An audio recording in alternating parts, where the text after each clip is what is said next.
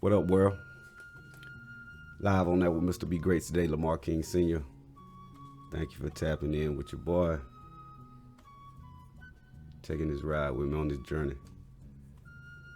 I'm grateful for having y'all here tonight. Let's get right into it. Because the political process is going on, in my opinion, it doesn't serve the people. The political process has failed us, and we keep pressing on a system that no longer works. Even the inception of the United States Constitution, it played a deciding factor of some of the reasons why things are happening this way. The one-sidedness, the divide. It's all about divide.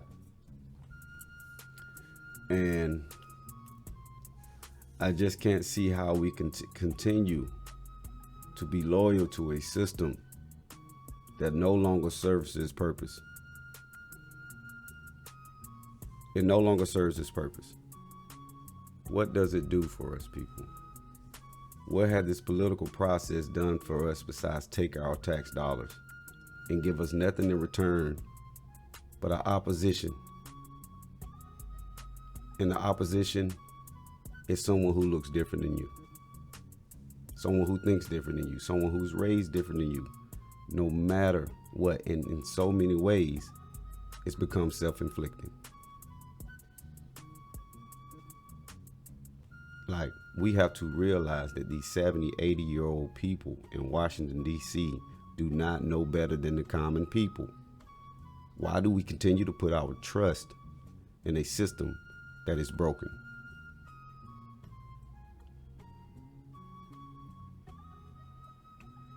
I was scrolling on my news feed, scrolling on my timeline somewhere, one of the platforms, and I saw a video of this guy. He had to be from Sweden. And I want you to hear what he has to say about the American democracy. Check this out. A woman's right to choose is a human right.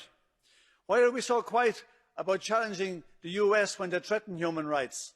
Some people have said in here, oh, we can't be, how dare we talk about the US? Well, we talk about everybody else. Is the US a functioning democracy? Well, let's have a look at it.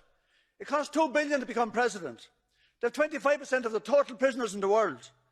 They spend over $800 billion a year on arms, which is more than most of the world put together. They've been at war for 250 years since their state was formed 275 years ago. But they can't afford universal health care. They can't afford the $1.7 trillion debt forgiveness for students. They can't afford a program for the 17 million children that go to bed hungry. Is this a functioning democracy? What's your idea of a democracy? Bernie Sanders wasn't even allowed to win the nomination for the Democrats. The Americans couldn't spell democracy. Now, did you hear that? Did you hear that? This is a common citizen, sound like Australian, that was speaking on some matters, and he was hitting home. He was hitting it right on the head. He was saying things like the American, like they spend, they've been at war 250 years of their 275 year of inception. They got 25% of the population locked up. That's more than the whole world combined. They don't give women the right to choose what they want to do. They have limited, like the governmental and the political process is not it's not a democracy. And it's almost a mockery. We're a mockery of the world if you look at it, and we think we're free. They've tricked us. And they even have us, blood, sweat, and tears about this system that does nothing. Look what, and they don't have, we don't have affordable health care. Like these policies they even put in place, even from Medicaid to Medicare, Obamacare, I don't care, whatever care it is. It's underserving the public. It's underserving the people who built this country, the senior citizen. In a lot of cases, it is. It's subpar. You look at it anytime you're talking about whether it's VA doctors or prison doctors or Medicaid doctors. These are the people with the money, the people who got, none of those congressmen are going to those doctors. They're not going there. And they got the best HMO that money can buy. And they most likely got it from a lobbyist. They got it from a person of interest who has supported their campaign, so they can get bills and rights and laws placed in place in their favor, because it's all corporate structure. And I think that's where we don't see that. And I think now in this day and age with the whole, and guess when we start seeing things like that? Guess when people start figuring out about PPP loans and how much surplus was really there for the American people. In an unorthodox way, under the watch of Donald Trump, people start figuring out all kinds of stuff, because they start digging into what he was doing. Because now so to speak, he had to open up something to see exactly what he was doing. And I'm not here to praise Donald Trump. I'm not here to give praise to a Republican Party or give praise to the Democratic Party. All of it is flawed. There are two different wings on the same bird. That's what PoliTrickss is. And they have you thinking that your side is either winning or losing. When in all actuality, people, we all lose. We all lose. We have people that have been in Congress, who have been in the whole political process since the 80s, telling us what to do since we were born. I was watching The Breakfast Club the other day, and the guy said, these people are putting policies in place. They're 70, 80 years old. We're going to be here for the next 50 years. And we still got to deal with the stuff they put in place. Some people who've already ancient in our times anyway. At 80 years, come on, some of these people are double our age, triple our age, the voting age. And they're telling us what we should and what we can and what we can't do. And we think we are a part of the process. No. The people who raise the most money,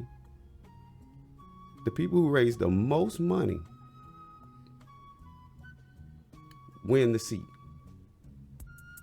Do y'all not find something wrong with that?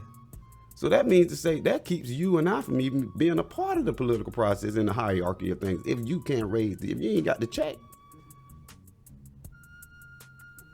And the Constitution starts, we the people, but we the people who ain't got the money. If you got the money, nowadays it's all about the capital gain. It's capitalism.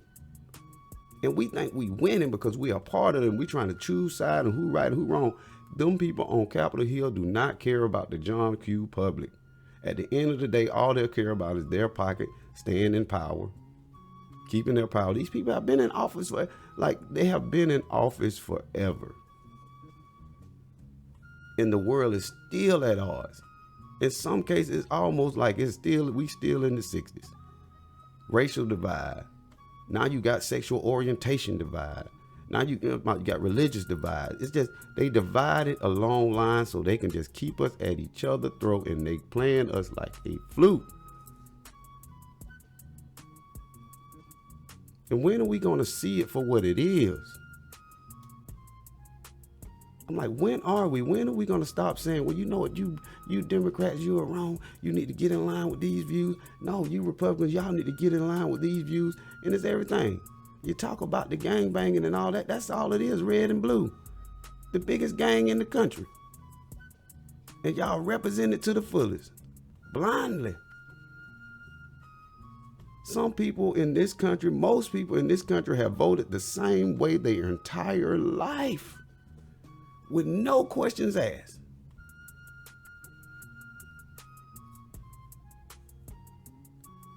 But then I come along and say, hey man, forget this thing. Oh, how dare you trying to take us back farther than what we, ain't nobody, what we outside of monetary gain. In so many instances, how much respect have we gained? How much, why are we still being disrespected as a people, as black people in certain instances? And your party just sitting there and look back and just like, oh, whoa. And I'm just like, check this out. Check out this Breakfast Club clip. I'm gonna let you hear it for yourself. Breakfast Club clip. Check it out. Here it comes. Since the founding, since the Constitution, Frederick Douglass gave a speech about what is the 4th of July to the slave. What is the 4th of July to the Negro? We going into Essence weekend, 4th of July weekend, next weekend. What do we have to celebrate about America today? Damn, that's real. Gas prices high as hell, bread, milk, your energy bill, you're taking away people's rights, you're building an unjust government, and then telling us to be excited about it. Nah, I'm not with it. You know, you said something earlier about using power, and I asked you this weekend, but we know elections have consequences, but I want to know what consequences worse. Republicans who get in office and abuse power, or Democrats we put in office who don't use that power to protect us from that abuse? In my eyes, there's no difference between the two. If you're not helping advance the cause of people, the people that you represent, you're no different than the devil that we're fighting. That's right. That's why we have to be intentional about putting a demand on people up front and then making sure that there's the accountability measures. If you elect a president but you don't elect a House and a Senate that's going to check that president, I don't care if they're in your party or out of your party, you're never going to accomplish anything. I don't believe in blind political loyalty. I just don't believe in it. You give somebody your vote and then you hold them accountable after you give them that vote. And then if you don't do what you say you're going to do, we don't reelect you. The other problem is we have too many elected officials who have stayed too long. Their ideology and their view of the world is different than that of us, and we have to inherit their decisions, right? Some of them are going to be gone in 10, 15 years, and we'll be here for the next 50 years dealing with decisions that they made today. And what I would hope they would do is consider retiring. I'm not going to call out any of our favorite black or white older politicians that have been there since the 80s or the 90s, but how long you going to stay? And the second question is, how long we going to vote for them? Yeah. You know, at some point, we have to be accountable to ourselves that if I'm giving you numbers saying that in the Senate race, 26% of black voters in New Orleans showed up, we gave them the election. We gave it to them. My sentiments exactly. And that's what it's about. That's exactly what it's about. We're blindly voting. We're taking under control of people who have been in office for 30 plus years. 40 plus years. In the president case, 50 plus years. Things have gotten better along certain lines as far as where we can eat at, where we can use the restroom at. There's no question. A white person doesn't question a black person coming in a restroom now. That's the small, minute things they were fighting for then. But now, we're just going along with the dance. We're just going along with the music. We're puppets of the puppet show. And we're at each other's throat. While Congress, while the Oval Office, while politicians, true career politicians, they reap the benefits of being an American. And last time I checked, we all of this land. Most of us now in the argument that most of us at each other's throat, we were born here, went to school together, worked together, drive on the roads together, go use the restroom together, drink at the same water fountain together. We do those things, but now it's gotten bigger. Now it's a bigger issue. And now we've both been blinded by what they were fighting by earlier when it has no consequence now. There's no reason to be at each other's heart why someone is of different race is using the same restroom. That's not even an argument anymore. But at one point, that was the biggest point of concern. Just think about it. You couldn't even use the restroom. People are like, well, how dare you use this restroom? This is not we're in here pissing and shitting.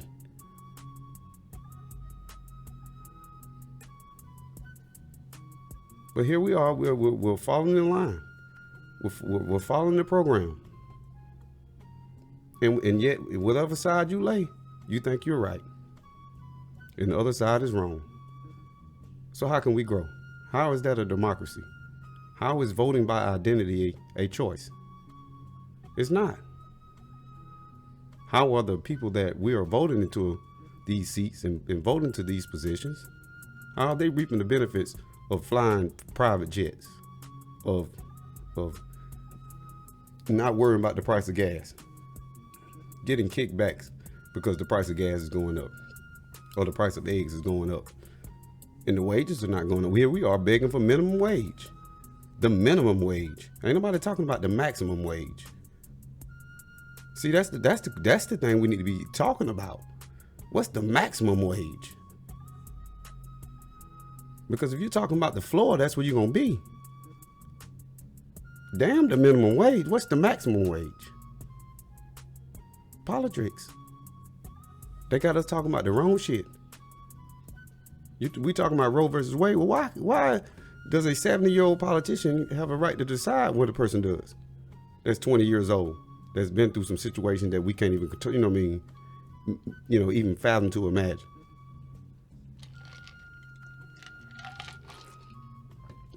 Life's a trip. And he talks about it. Either way it go. What about Charlemagne asked the perfect question? Are we going to deal with these Democrats who don't even use their power? We're going to talk about the Republicans who abuse their power, depending on what side of the fence you stand on. And the dude said both of them worse. That's the worst scenario for either one. And that's the point. That's the point of this show. That's the point of On Air Mr. Be Great today. We're going to talk about things that people don't want to talk about. We're going to talk about the things that people, try to act like they really care about, but the other side feel the exact opposite way. And where do we win? We lose. The people lose. We pay the most taxes. We pay for health care. We pay for insurance. We pay for tax. We pay for everything. We pay for taxes on our house. We pay a death tax. And we think we winning? We think we're in a democracy? So this man, how long are we going to vote for these people? The same people we're putting in office, the same people every year. Every year. And then we wonder why we have the disparities that we have in this country, the divide that we have in this country. They have us out, they play on our emotions, people. They got us, if either you way far right or you way far left. It's hard to find it in the middle. It's hard to find it in the middle. Like, we can't come on common grounds because the views of the politicians, and either way it go, either side you lay on, is crooked, it's flawed, it's convoluted. It's double negatives and talking all, it's crazy. And they have us thinking that one side is right and the other side is wrong. And it's one side is right and the other side is wrong.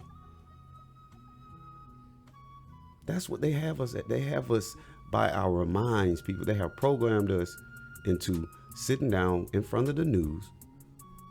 If you're a Democrat, you're more than likely watch CNN or MSNBC, right? If you're Republican, you probably watch Fox News religiously. And even when I find myself feeling the way that I do today about the policy, the whole political process, at the end of me, being in tune of what's going on and how things work and all this good stuff, I would watch both. I would watch CNN and Fox, and I watch how they would play on the emotions of their audience. And we don't understand that they are programming us to participate in a system that doesn't even serve us.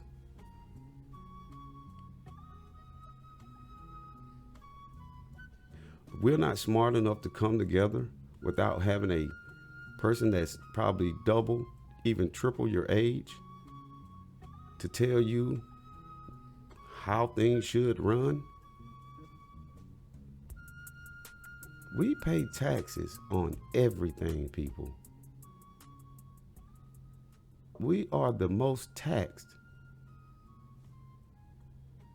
group of people, collectively.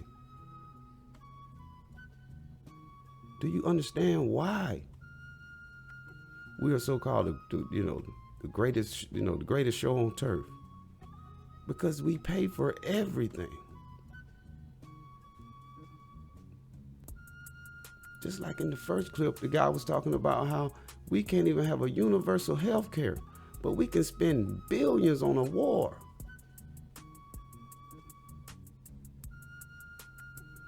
Way across the water. We can go way over there and mind them people business. We can go way, all that is fucking nonsense. And for some reason or another, if you choose to say, man, both of them are crazy, you still get a lot of backlash saying you crazy. And it's not about who's crazy or who's misled or misguided. We got to find a solution to it. We have to find a solution to these problems that we have, because the 70, 80-year-old congressmen and congresswomen of the day of yesterday and the day before yesterday are the same people. That's why I was a little more unorthodox in my thinking when it came down to the second term that Donald Trump was trying to run. Because I got to thinking, like, things wasn't outside of how the media tries to hype up everything. And I know, like I said, Donald Trump was not the perfect ideal person, personally. And you think about it, most successful people are assholes. You go from Kobe Bryant to Michael Jordan, you go down the list, they're assholes, pretty much. Because you have to have an asshole mentality to get to the next level. And I'm not praising Trump or nothing, but you go back and look at the numbers and look at the data. And outside of the argument of, he was riding Obama's coattail, okay, we understand. That's how the political process works. Same thing happened when he came into office. He was riding the wave, supposedly he was riding the wave of George W. Bush. Then when Bush came in office, he was supposedly riding the wave of Bill Clinton. And when Bill Clinton came in office, he was supposedly riding the wave of Ronald Reagan. And it goes on and on and on. Especially good and bad, where they can further divide the country.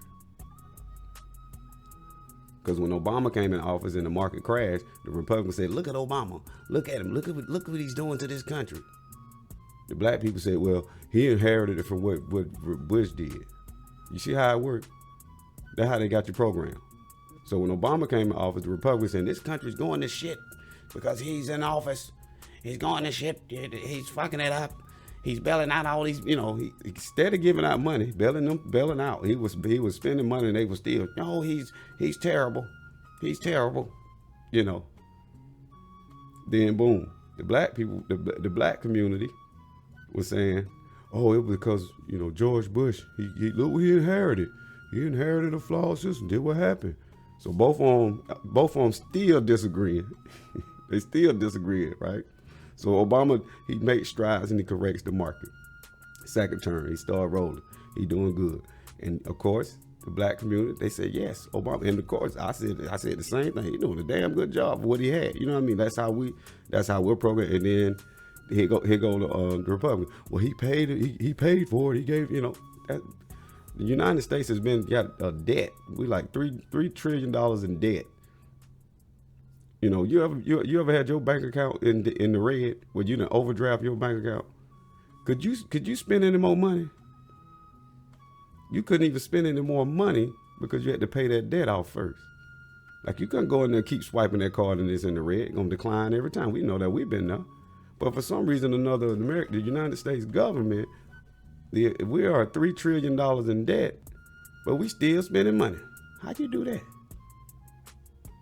Man, it's crazy, right? But that's how the PoliTrickss play. They have us, and they do things that we can't do. Well, if the government can do that, why I can't do that? But I can vote for you, and you receive those benefits. As far as people in Congress, they do. They get a lifetime salary. Even every president, I can get it. Every president still get their Secret Service for the rest of their life. And who pays for that? Who pays for that? So whether you like that president you voted for or not, you're paying his salary for the rest of his life. Like, it doesn't matter. So either way it go, guess what? You still gonna have to pay, because when it comes down to it, it's all about money.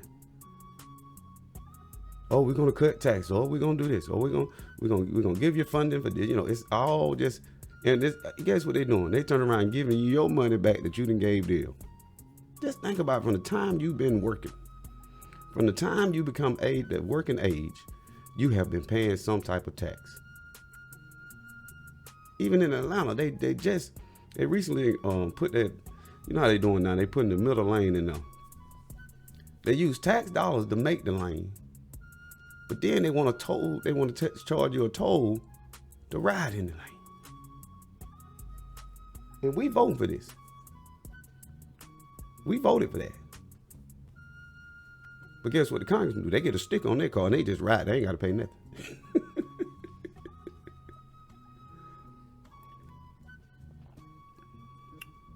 And we voted them in office. They obtained all type of campaign contributions. I had my friend on, John McKernan, had a good conversation the other night. We talked about some different things as far as, how candidates come in office at a certain amount of money a year, and then the next thing you know, they're millionaires from a political office that only pays 6 figures. I guess you can do it if you've been in office 20, 30, 40 years. That is very well possible, right? You got that salary coming in, you really ain't got to do no physical labor. All you got to do is go, take your private jet to Washington from your ranch, and you're good. But here we are, the American people, steady paying for that.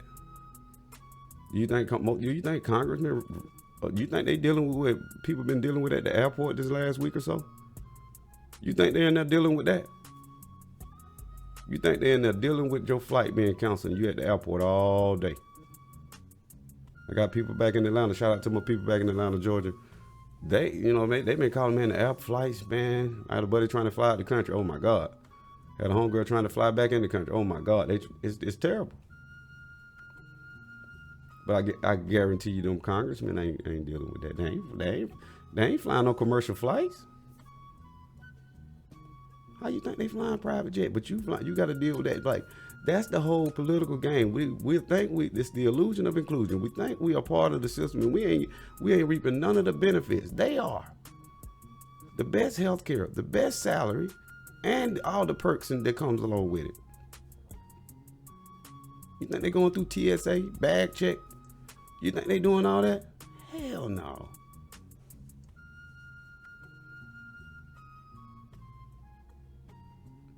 That's crazy. And just like my man was talking about, me and John was talking about also, voting by identity. Here's a clip from him. Check him out. Probably since our country was founded, they said, my dad did this and voted this way, therefore I have to vote this way. And that doesn't help with growth, and that doesn't help with people figuring out stuff on their own, and that doesn't help with people figuring out what they really believe. Mm-hmm. And I think that it's a dangerous time for our country, because both sides of the aisle are saying, if you look like this, or have this genitalia, or are this age, or have this level of education, you have to vote this way. And see, why are we classing ourselves in a box as far as who we vote for based on our community? Like, if you're a southern white person, more times than not, southern, let's say heterosexual, you're gonna vote Republican. Let's say if you're a southern, white male who is homosexual, you're probably gonna vote Democrat. And they only pick and choose they only pick and choose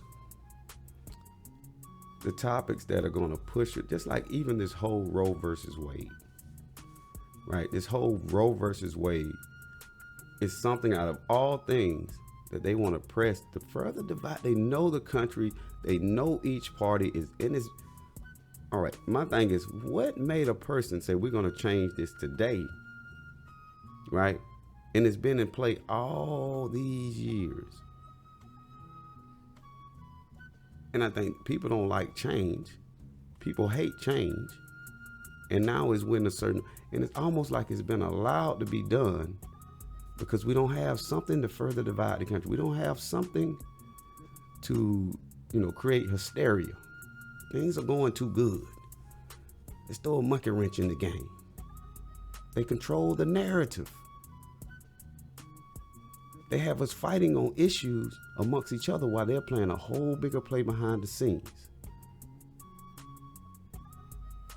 And call me crazy if you must. But I just want you to sit back and think about how they play the game. How they have us, looking at one another and pointing the finger at one another because you voted that way, that's why things are this way. Because you voted that way, this is why things are that way. How they play on our emotions and play on the topics and views that they know they're going to press the buttons of either party. You notice they're not talking about homelessness? If they cared about so much and they cared about life so much, if the so-called politician cared about life so much, you wouldn't have the millions of people on the street every year. But you can leave the lights on at the Georgia Dome all day. And ain't nobody in there. The AC running and everything. I understand that's the team. I understand that's the team expense. But guess what? It's taxes. Tax dollars help pay for those big stadiums and things like that. A lot of times these are tax dollars that pay for these things, but all the money that's generated, but you can go send $300 million to Ukraine. I don't understand this. Like I don't get it. You can go spend billions on a war way over there. Matter of fact, I just moved to the state of Texas. Man, they got so many oil pumps, whatever they do, like Dallas, that's about all I ever seen the oil pumps was on Dallas, coming up. But they got the big oil rigs pumping oil. We got oil surplus right here in this country. Why are we going way to Iraq to get their oil? Why are we going through, why are we all over the globe trying to put a base and put our nose in everybody else's business when you got people sleeping on the street, but you care about life so much? They pro-life, but you got people on the street, and most of them, it's a good number of them are veterans who helped you go over there and fight them wars. And we talking about a country that supposed, just like the guy spoke before, you got all this going on and you can't even take care of your senior citizens.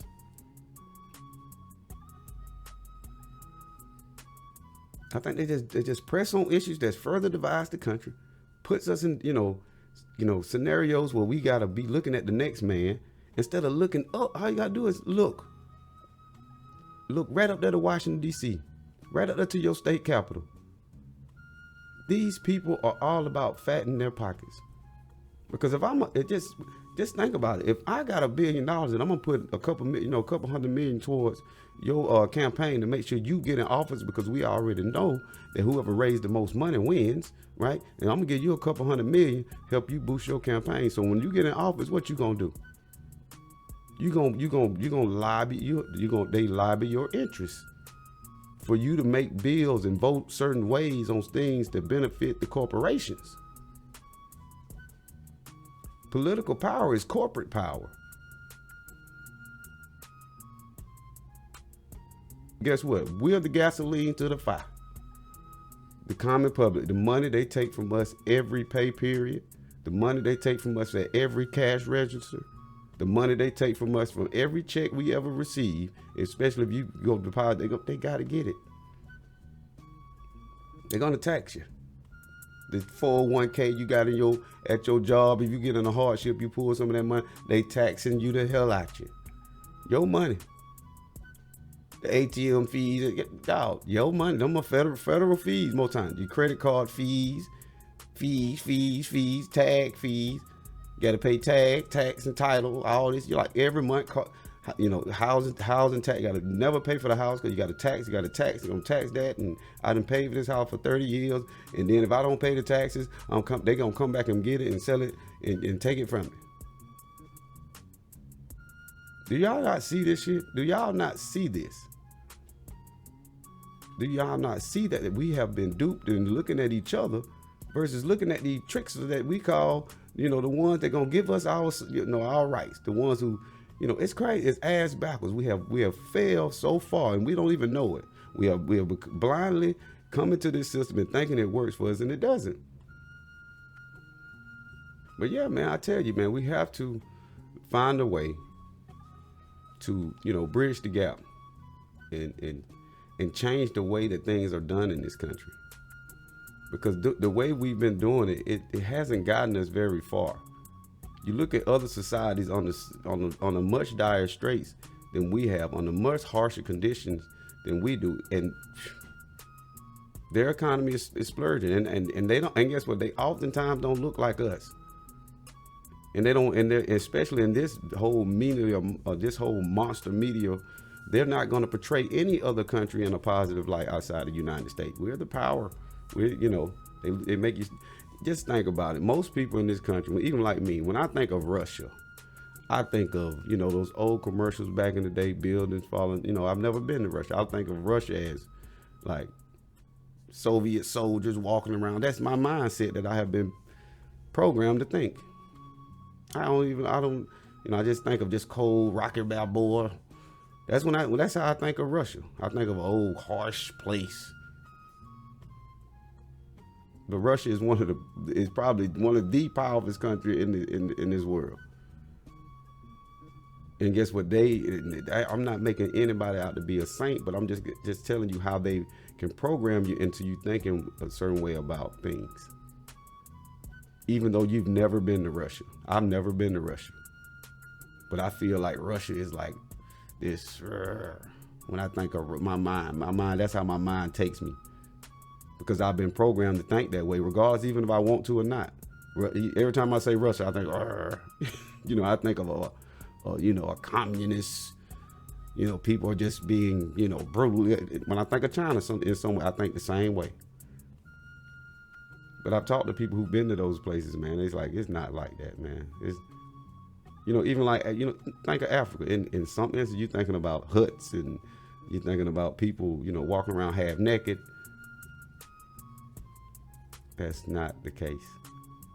And that's how, and just as subtle as that, just as subtle of having you thinking one way of how a place is without never even being going there. It's the same way they're programming you to thinking these politicians are working in your favor. They're not. It's not working. And again, the political process would work if we change. Like, just like me and, here's a part of the clip where I asked John McCurran, how do we fix it? And here's his answer. Check him out. I mean, the only thing I can think of, and this is something I've talked about for a while, that you and I talked about like 2 years ago, is term limits for Congress. Because I think that there are a lot of people who run for Congress and go to Congress because they have good intentions. And then by the time they get there and are there for a year or so, they get corrupted. There's a documentary on HBO that's called Into the Swamp or Drain the Swamp or something like that. And it's a Democrat and a Republican. And they're talking about the shit they have to do once they get there. And it's like, these dudes are like, I want to write a bill. I want to make things better. I want to pass a law. I want to come up with some stuff that's going to be good for all Americans. And it's a Democrat and Republican working together the way it's supposed to happen. Mm-hmm. And instead, both of them are government that's given too much power is going to do nothing but serve itself. Mm-hmm. A government given too much power is going to continue to have a lust and a thirst for power. And that's what we've got. Simple. Like, why is a congressman or a person of a House of Representative or senator, why can they just run forever? Why is the Supreme Court justice a lifetime position? Every other, you know, even like I even spoke about, you know, why is a sheriff of a town, why do they have a lifetime? Why can they just run, you know, in places that have the most influence, even on a local state, they can run forever.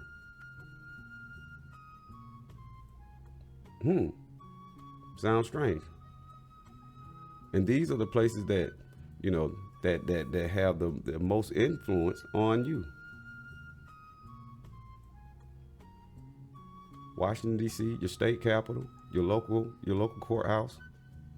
These places have the most influence on you. Your city councilman, your mayor, all this, the most intricate pieces of the political process, they can stay in there for life.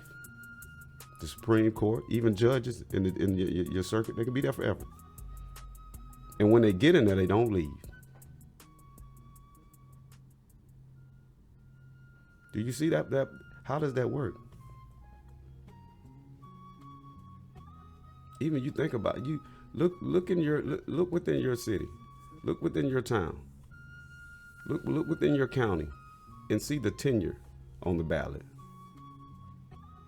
And a lot of times those people are in place because they know they're going to get a certain percentage of vote regardless of what. And even me and John talked about it here, where we talked about how, check it out. I think number one is, if you think you can win, run for office. Number two, be informed. Don't vote based on what anyone tells you to. Like, study the people, listen to what they have to say, look at what their accomplishments, and read their platform. And number three, the most important is have conversations like this. Yeah. Like, if you got someone you disagree with and you disagree with, and they're your neighbor, and you have respect for them, and you can have a calm and open conversation, reach out to them, have a conversation, say, hey, just out of curiosity, why do you believe this? Because what you said is very poignant, in that so 300 people can control 300 million by making 150 million hate the other 150 million. If people are having these conversations, 300 people cannot control 300 million. Can't. Exactly. So you think about it. Once you get put in place, once you get put in power, once you get in the position where you can make change, then you get all these, okay, here comes the big here comes the big BP or the big Exxon or the big whomever, the big XYZ corporation saying, well, hey, I'm going to donate 50 million to you. Tax-free. Campaign contribution, tax-free. And just think about, where does that money go? Where does that money go? The contribution to the campaign for every politician in the country, on the state and the national level. Stop. Where does it go?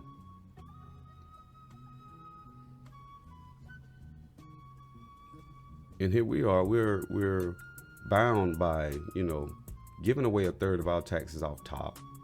Medicare, Medicaid, FICA, and your federal and state taxes off top. If you're talking about a W-2, if you're a 1099, you're getting hit. Like, you gotta have, even if you don't, they're coming for your assets. They want theirs. It's almost like the sheriff of Nottingham, give me mine.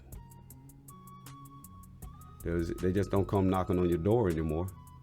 They just snatch it out of you before they even give it to you. Or they'll come back, they'll freeze your accounts. Now everything's digital. They don't even have to come to your door no more. Shut down your accounts. Freeze your accounts. But we pay for their lifestyle. We pay for their perks. We give them all the, the luxuries they have now. Today. Best healthcare. Best healthcare money can buy. While your grandmother has Medicaid. And I'm not downplaying as far as the system, because it does provide some type of health care, but we all know that those senators and those congressmen, they're not going to Medicaid doctors. They got the best HMO, PPO money can buy. And a salary to go with it for the rest of their life. After a certain period of time. That's it. And they stay in there and they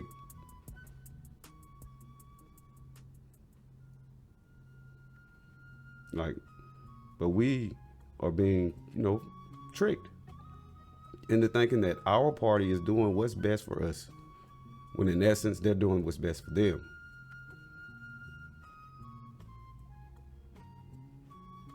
They're doing what's best for them.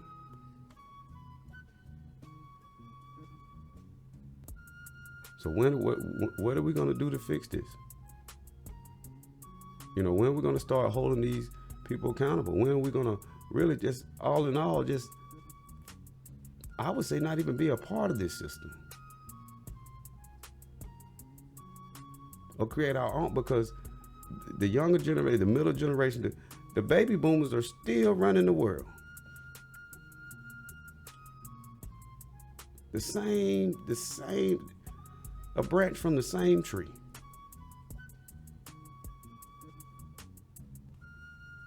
And somehow we expect to be in, this far-fetched future, or this, you would think things would be much better together. Like, when do we get the harmony? And most of the chaos is caused by the people on Capitol Hill.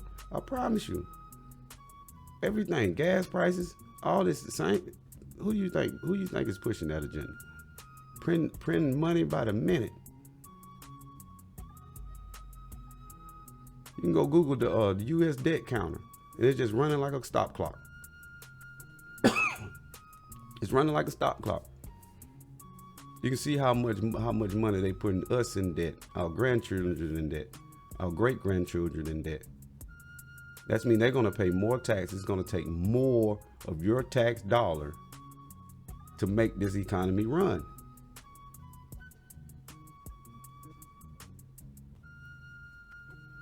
We even talked about, me and John talked about how the last unanimous bill that was passed on the floor.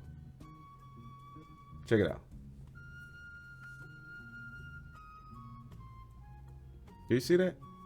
Do you see that? Do you see the game they playing with us?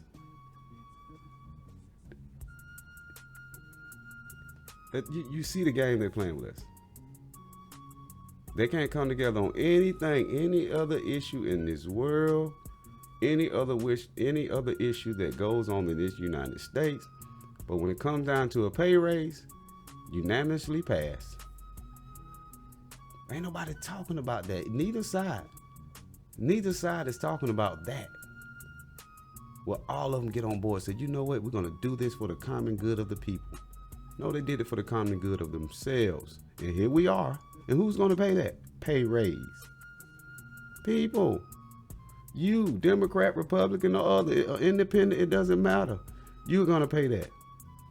You're going to pay that congressman's salary who's been in office for, I think it's 10 years or more. You're going to pay his salary for the rest of his life. You're going to pay that president's salary for the rest of his life. You're going to pay his security, his Secret Service for the rest of his life, but through tax. And if not you, your grandchildren, your children, your nieces, your nephews, everybody's going to pay.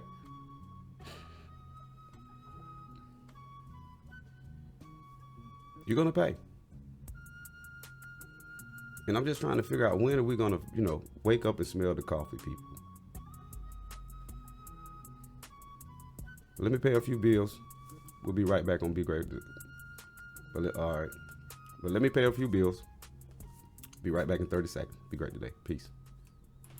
405 Sparta Highway in Millersville. Be the Head Barbecue. The best barbecue in the whole Southeast, baby. There's no event too big, too small. They got you.